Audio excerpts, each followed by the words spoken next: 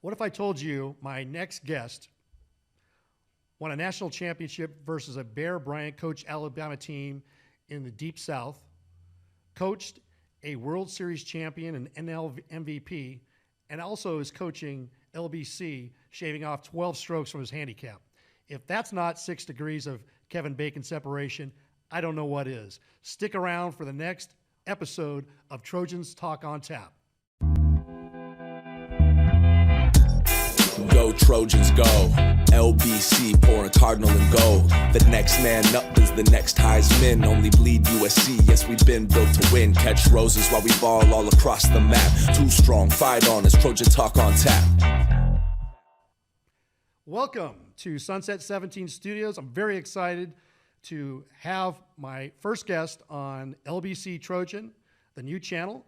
I want to welcome Pat Pohlen, offensive lineman from the Notre Dame 1973 national champion Fighting Irish. Pat, welcome. Thanks. I'm happy to be here. Wow. Big weekend this weekend. We got a 50-year reunion of the 73 national championship team heading back there on Thursday. So glad to have you to hear the stories of this national championship. I've got to know you, taking golf lessons, and some of the stories I've heard from Pat are pretty amazing. And the viewers today are going to get to hear some interesting stories about Pat. But Pat, let's start it off. There's a lot to talk about. We're going to get into the USC Notre Dame game that's going to be played in South Bend. But what an honor. What I want to know first off, what are the emotions like? When was the last time you were back at South Bend? I was back there 10 years ago for the 40-year reunion. Okay. It was the SC game also. Mm-hmm. But I went back there a few times when Joe Schmidt Jr. was playing out of Mater Dei High School, and went there as a walk-on and ended up gaining a scholarship and was the MVP his junior year and the captain his senior year. Not bad for a walk-on out of Mater Dei High School, right? That's great. Yeah. That's great. So going out this year, the 50th reunion, you're getting to see a lot of your former teammates. Describe what that feeling is going to be like, being recognized as a national champion at South Bend at Notre Dame Stadium. You know, whenever we get together, it's everybody's so thankful we're actually seeing each other. Yes. Every time you see them, you hug them. You think about all the work we did back then, how, whatever we had to go through, but we got it done, and that's what counted. Yeah. So we're going to get into that 1973 season, the game against USC, the importance of that rivalry, the Sugar Bowl win versus Alabama, and then we're going to get into a couple other interesting stories. We'll preview the USC Notre Dame game that's happening in South Bend on the 14th, and then we'll share some interesting stories with our viewers and kind of just highlight what a true champion you are, Pat Pohlen. So let's get into it. You're coming off the 1972 season. That's the year USC won the national championship, and you guys lost a bowl game versus Nebraska 40-6. So talk to us what it was like coming into camp in 1973 to start the season. Well, that's all unfortunately true. We lost to Johnny Rogers led Nebraska team, and he was as good as advertised, even better. I think he returned a punt for us against us, and he scored on some kind of a swing play. Truly a gifted athlete. We got torched that day, and that being my first ever season, meaning the off season starting in January, was a real bear. Those coaches were not happy getting thumped 40-6. We had a long, hard off season, and we had 15, I think, spring practices that were pretty brutal. We came back in August and started getting ready for the 73 season. Had a good offensive line, good offensive backfield, really good leadership, and an outstanding defense, just outstanding.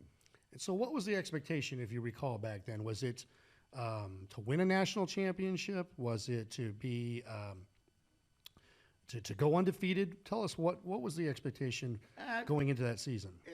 When you go at Notre Dame, just like SC back then, and the big schools all had 120 kids on scholarship, they sucked up all the talent. You were expecting to win. that was the goal, always to win a national championship. As an independent, we only had one chance, and that was to win a national championship. There was no league record or league championship. Being that we were embarrassed by Nebraska, we were pretty humble for the first 4 or 5 games, and it was the game against USC that kind of cemented the fact that we were going to be in the national title race. Yeah, so let's revisit that game versus USC because that was critical. And for our viewers, and maybe a little bit younger, in the 70s, it was USC with 3 titles, Notre Dame with 2, and Alabama with 4.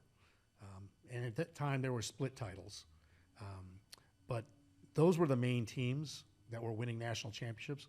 Ohio State, Texas, Nebraska split one in 70. Nebraska won another one in 71.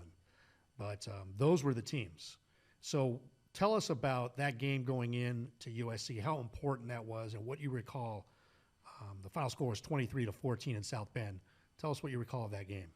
Well, I was not a starter. I was on the preparation team, the prep team. And I can remember Mike Fanning, who happened to be a year older than me, so he was a junior that year, and a first-round draft pick by the Rams 2 years later. And I can remember him asking us to ramp it up during practice. Okay. So when he asked you to ramp it up, it's time to ramp it up. It meant something to him. It meant something to the whole defense. Yeah. It was an important game. Yeah. So then you beat SC, and you end the season 11-0. Well, let's talk some more about that win against SC. Okay, let's talk a little bit about that win against SC. So tell me, what do you recall about that game? It was a close game throughout. Yes. Yes. And we come out in the second half, I think it was, and we got the ball and whatever. We were on about the 15-yard line, and we ran a play. And for those who don't know it, Dave Casper was our tight end. He was our captain. But the year before, Dave was an offensive tackle. Mike Creaney was the starting tight end, and Dave moved over to tight end after his junior year. So he only played 1 year at tight end. But that did make him an outstanding blocker. I mean, outstanding. So when we ran that counter and Eric Pinnock got that ball and cut the corner, and big old Dave, he went in when they kicked out the end, and he knocked over 2 people. And Eric was just off to the races for 85 yards to see if he could outrun the defense, and he did. But from an offensive standpoint, that was close to a perfect blocked play. According to the coaches, at one point in that play, every player on SC was on the ground at one point. And that would be Dave Casper, NFL Pro Bowler, Super Bowl champion with the Oakland Raiders. That's the same Dave Casper. Yeah. And we're going to talk about Dave Casper a little bit later in the show. That's but true. He plays a significant role.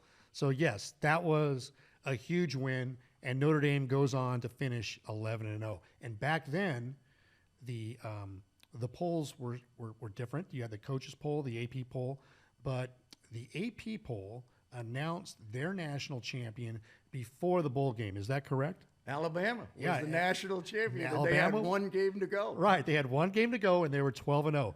So this was a unique situation, and this was a huge anticipated game because Notre Dame accepted the invitation to go play in the Sugar Bowl at Tulane Stadium in New Orleans, basically in Bear Bryant's backyard. You're going to go wrestle the bear in his lair. Absolutely. What was the feeling like? We were so pumped up for this game, and the coaches were so confident. It was really quite. It was quite a coaching accomplishment by Coach Barsegian and his staff, because they just felt like we could match up with anybody after we won SC. It was, if we play our best, that was going to be the end of that. Would be all we needed to do was play our best. Now this game was very important because both schools at this time in 1973 had never played each other. They both played over 80 years of football, Alabama being the SEC, as you mentioned, Notre Dame being independent. Both teams had over 500 wins, but they never played each other. Did you realize that at the time? I did not realize that. But Yeah. I'm a 19-year-old nitwit. Yeah. What the hell do I realize? So the significance of this game was huge. So big that it was on ABC, and it was the broadcasters were Chris Schenkel and Bud Wilkinson. They brought in Howard Cosell to be the sideline reporter. He coined the game, basically the Baptists versus the Catholics, the North versus the South. This was big, and it got a 25.3 Nielsen rating on New Year's Eve. It was the biggest college football game at the time. It exceeded expectations, and it gave, you take a look at today with conference realignment and Colorado had just got over 10 million viewers. This blew everything out of the water. So this was a highly anticipated game, and it was back and forth, 6 lead changes. We're going to take it to the very end, and I want to have you narrate this play. The quarterback was for your team? Tom Clemens. Okay. Tom was a 3-year starter at Notre Dame. He was a tremendous leader. Very quiet, but very confident. Absolutely fearless. So we're going to set the stage. Right now, Notre Dame has the lead, 24-23. There's less than a minute left on the clock, and if you don't make a first down, you're going to have to punt deep out of your end zone. Alabama will get the ball back, and all they would need is a field goal to win. Correct. And So- I think they had 1 timeout left. Yes. So you're going against the Bear, a lot of pressure, huge game for the national championship. You know, Notre Dame knows that they win this, they're going to win the coaches poll national championship. Is that correct? That's absolutely Okay. no doubt. Okay, so I'm going to go ahead and play this play right now, and I want you to walk through what we're seeing. If you can go ahead and narrate. Sure. Can we do that, Pat? Absolutely. All right, here we go. So here we are on about the 5.5-yard line. We're going to have a long count, and you saw right there our number 1 tight end, smartest player on the team, Dave Casper, breaks the line and leaves early. Okay, if you notice what happened there on the right defensive corner, he kind of sees that play. We were all lined up in a full house backfield with 2 tight ends. It looks like we're going to run the ball, make them take their last time out. But what it ended up happening, it was an unbelievably Irish luck that we decoyed this way. Okay. So now they're thinking who's going to be the receiver is going to be Dave Casper. And watch the left tight end, which is Robin Weber. Okay. It was in my class. And you Doesn't have a catch this year. I'm sure nobody on Alabama even knows who the kid is, right? And who's in the backfield there? We got On the right-hand side, on the very backfield, we got Best. Bullock is the fullback, and I think Pinnock is the right halfback. So I think Art Best is in the backfield in the eye because he's the best blocker. And we don't have Pete Demerly in this game right now. He's our best split end. So Okay. Alabama's thinking we're passing the ball. Okay. I mean, we're running the ball. Right. Okay, so we go ahead and run this play, Yep. and you're going to watch the left tight end just release. 43 lets him run right by. Tommy throws him a pass. Robin juggles it, but secures it as he falls out of bounds in front of Bear Bryant. And the game's over because one more timeout is not enough time to run for them to get the ball back. We run the clock out, and that's the national championship play. Robin who? Robin Weber. Robin Weber catches it on the Alabama sideline right in front of Bear Bryant. Correct.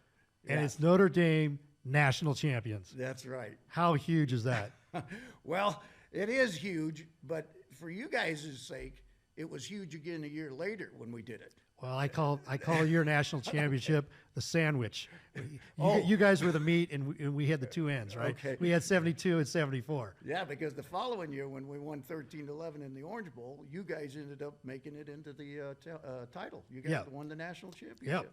But they were number 1 going into that game. So I want to share something with you, okay? I want to take out the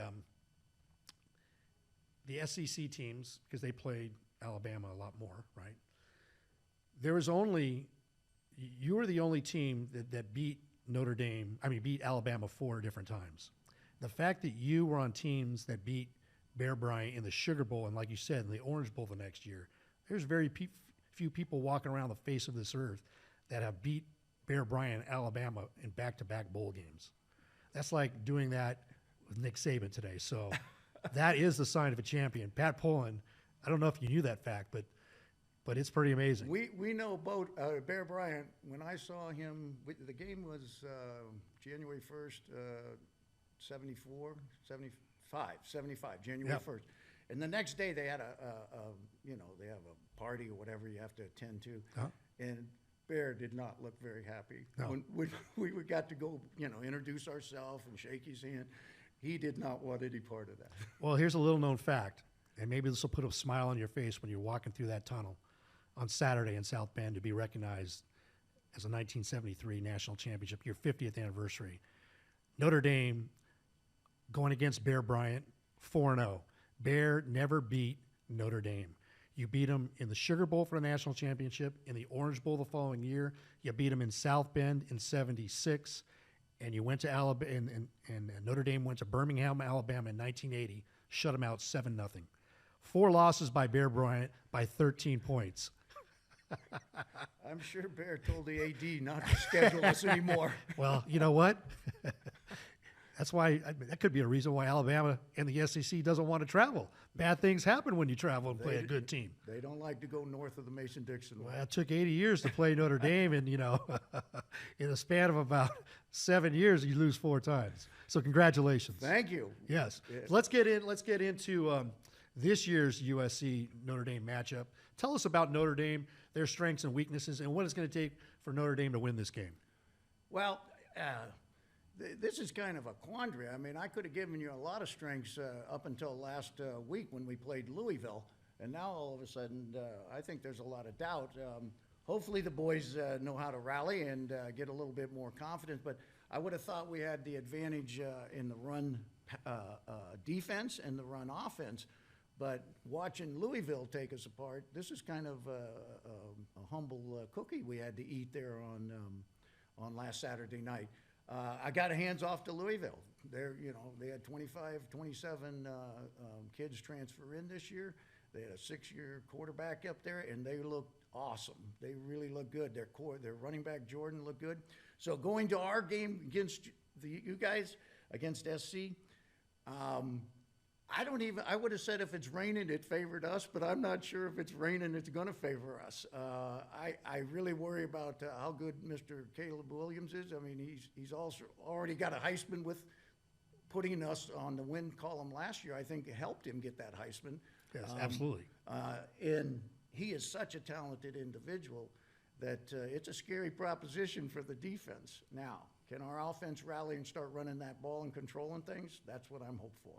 Yeah. As an offensive lineman, that's always what I'm hoping for. Well, there's a lot of questions in this game because you just outlined so very well the questions about Notre Dame. There's questions about USC. What's happened to USC in the last 3 games? We've regressed. Not only the offense, but the defense. The offensive play calling, the inability to run the ball when need to, playing a Colorado team that had given up over 200 yards rushing in 3 of their 4 games. USC goes in there and gets some 95 yards rushing and gives up 193 to Colorado. Won the game, but when it counts, can you smash the ball and you can get it in the end zone? We saw what happened against Arizona. Marshawn Lloyd gets the ball down like 20, 40 yards to the 6-yard line, and then it sputters. And we miss a field goal to win the game and had to go to 3 overtime. So, it would be something if it did rain, because then who knows what's going to happen. Correct. You know what? Touchdown Jesus is going to get involved, Mother Nature, right? Yes. But tell us the importance. I mean, obviously for Trojans, we have a rivalry with UCLA. UCLA is our little brother. The real rivalry is with Notre Dame because it's about national championships. 11 for each school, Heisman Trophy winners, NFL draft picks, first rounder, and Hall of Famers. That's what it's about. So tell us, is USC considered Notre Dame's number 1 rival? Long before I ever got there. When did they start playing? 1925 or something like that? I think it was right around there, 26. Meet Rocky. Notre Dame and SC, that's our number 1 game every year. Every year.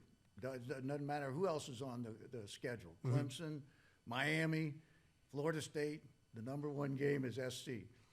It's the number 1 game for me, for sure. Well, likewise. Yeah. So, Yeah. One of us has got to win.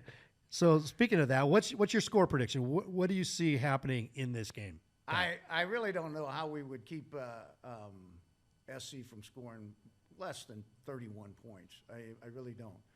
Now, can we score 35 or 38? I'm hopeful. 38, 31.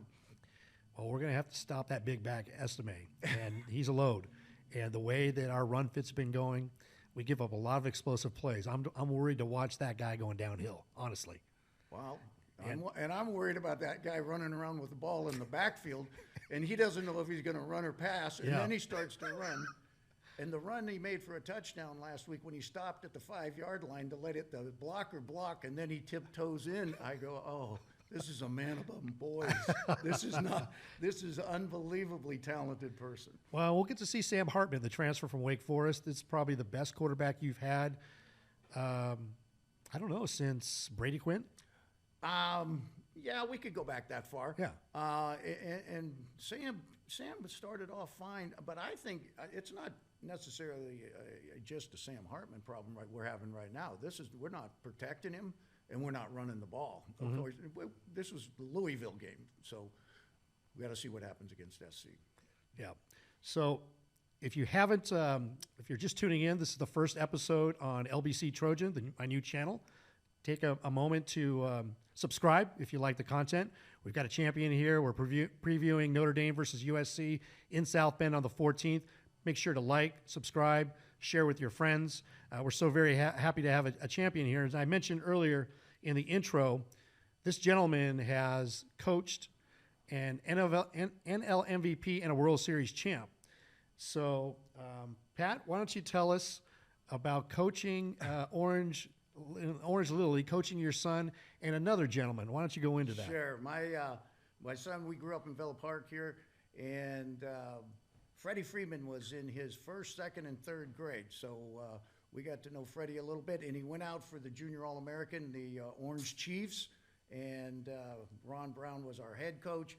And Freddie was on the team, and he had never played football before, and it's always kind of fun when you're talking with a 7-year-old who's never played football before. So he was out there. He's a little bit of duck out of water, just like all the other ones, but he ended up on that team and played for a season. Freddie did.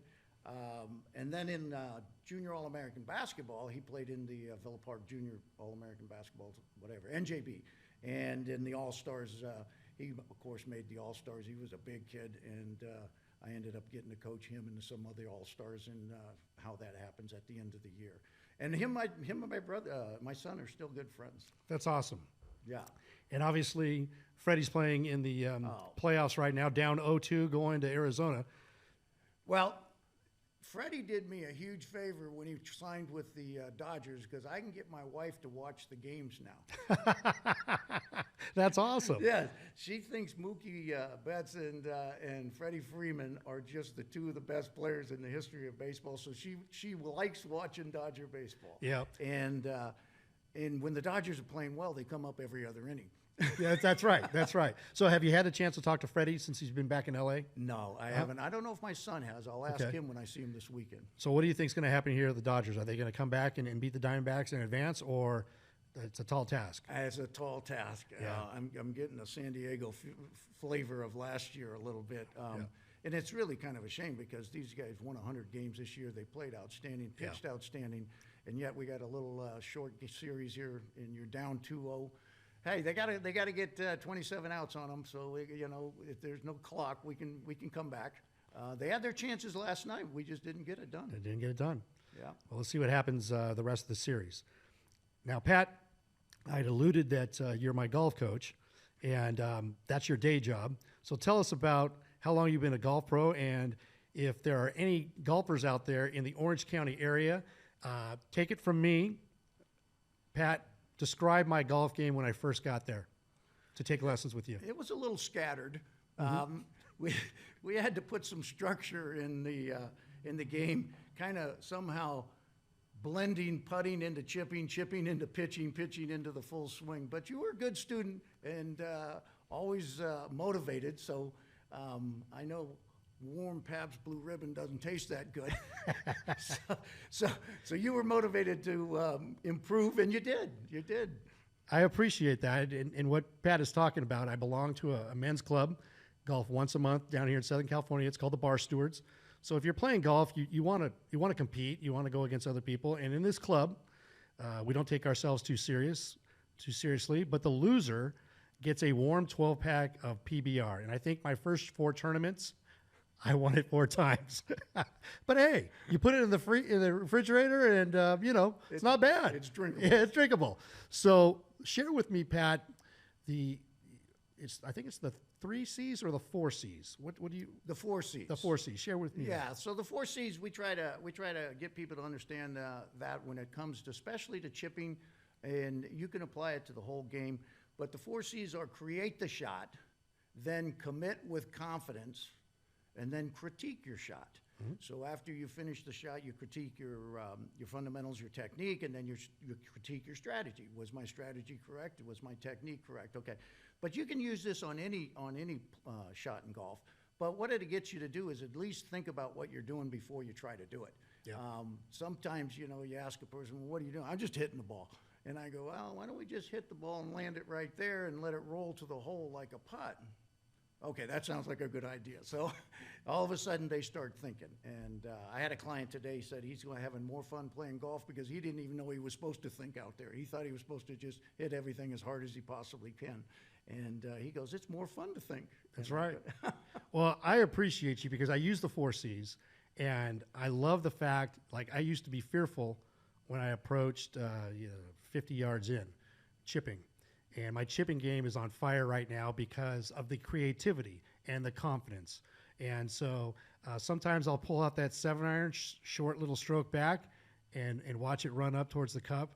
And my friends can't believe my short game. So I attribute that to you. I went back in May for 5 more lessons, getting out of the trap and chipping. And my game has turned around. So if there's any golfers out there, if Pat can turn around my game and you're interested in taking golf lessons, or perhaps you want to buy golf lessons for your dad, one of your relatives. Great gift. The description, Pat's contact information will be in the description in the video. And hey, you can talk college football with Pat Pohlen. It's pretty awesome. Yeah. Yeah. So Pat, I know, speaking of golf, there's I wanted to give you a golf ball there. Oh, golf ball? Yeah. Oh, what do we have here? Trojan golf ball. Okay, Trojan golf ball. Let me see if I can get that on the camera. Oh, cool. The Trojan golf ball. Thank you, Pat. Found it in the rough yesterday. Oh, okay. I appreciate that. Well, speaking of Trojans and golf, I think there's a cause that you'd like to share with us. Yes, I have a wonderful client, and she works with the Swim for Mike program. And I'm sure if you're an SC, you understand what we're talking about, the Swim for Mike. Well, this is the first ever golf tournament associated with the Swim for Mike program, and it's at Black Gold Golf Course on November 3rd. And Heather Francine is the head of this. And if you want to sign up a foursome, get a contact her and or call her. But this is a great cause. It's for scholarships for these kids that need issues from surgeries or injuries that they've had while playing sports. I actually don't know as much about the Swim for Mike program, but everybody at SC seems to know about it. Yeah, it's a great program that's been going on in excess of 35 years. I had an old college roommate who has been working with Swim with Mike for decades. It's a great cause. And again, this shows the respect between SC and Notre Dame. I appreciate you sharing that. And I'm looking to possibly golf in that golf tournament. So it'd be a fantastic time. I will also put the information in the description. I think you mentioned Heather is currently one of your golf students. Correct. That's awesome. Yeah, Heather and her partner, Jim Risha, both are taking lessons, trying to get better and improve their golf game. That's great. So we're going to wrap it up here. If you have any questions or in the chat, please go ahead and address them. Glad to have a champion here such as Pat Pohlen, and what an interesting life you lead, my friend. It's pretty awesome. You truly are a champion. And now what I do at the end of my show is I like to upgrade your tailgate game. So when you go back to South Bend, you're meeting with the boys, I assume you're going to have a few beverages. Absolutely. Okay. And if you're going to have a beer, what is the beverage going to be? Beverage of choice. It will be... I think you shared with me there's a certain lager that you like to drink. Oh, Foster's. Foster's, okay. Absolutely. Foster's, I believe you also Okay, drink well, the Guinness. Foster's when I'm dying and I'm hot and I Okay. need quantity. Okay. I go Guinness on tap when I'm sitting at the bar. Okay, well, I have a message for you. I have a beer suggestion for you, a beer recommendation. And usually I do this, but when I was going to buy this beer for you, I want you to go ahead and watch this personalized message to you. Hey Pat Pohlen, what's going on? This is Jack with Brewery X and Alex over here with Bradley's Fine Wines and Spirits. Just want to congratulate you on getting recognized in South Bend for your 50th anniversary of the 1973 National Championship. I hear you drink Foster's, man, and we're here to have you drink like a champion today, right? So let's give it a go. We got this Battlesnake's German Pilsner. It's winning awards all over the place. Okay, drinkability's the same, right? You're gonna get that same essence of you wanting to put them down, and you can do that. It's just got a little more quality in that mouthfeel, right? You're gonna get a lot more flavor, a lot more essence, right? It's a little more niche in that style, right? So let's get it going. Drink like a champion, baby. Beautiful. Drink like a champion. So here we go. This is Battlesnakes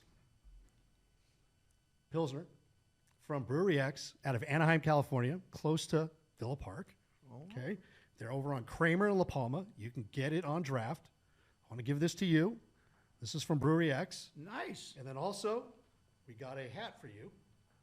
Maybe you can rock this in South Bend, but Brewery it's X. Brewery X. There you go. You got the American flag. And why don't you read what it says? We got it autographed for you. Oh, here, cool. Pat, drink like a champion today. Your friends at Brewery X and LBC Trojan. There you go, buddy. I'm thinking my brother Paul has taken me by this before. Okay. Yeah, Well, I will check with you him. try. I got a few beers you can drink with your friends. Yeah. And would love to get a photo of you enjoying one of these Battlesnakes Pilsners. You want me to enjoy it now? No, you don't need to enjoy it now. Take it with you on your trip with your boys. Yeah. Yeah. And, upgrade your tailgate game. Let's see if we can slip one into the locker room and have my nephew take a picture Oh, of me. that would be fantastic. Pat, I appreciate you being on the show today. It's been an honor kicking off my channel, and I can't wait to get back out there and take some more lessons with you. So everybody, wonderful. Pat, any last words? Go Irish. Okay, so let's see. Actually, you know what we need to do? We have to have a little friendly wager here. Absolutely. Okay, loser has to buy the winner a beer. You got it. Okay. At least one beer. Oh, well, there you go. I like the way you think. All right. Hey, this has been LBC Trojan, premiere episode with Pat Pohlen, national champion, 1973. Thank you for joining us. And we are going to have some additional content later in the week where we'll have J.K. McKay and his son, Jeff McKay, joining us to give us the USC preview on the upcoming game against the Irish this Saturday in South Bend, 4:30 p.m. on NBC. Until then, fight on.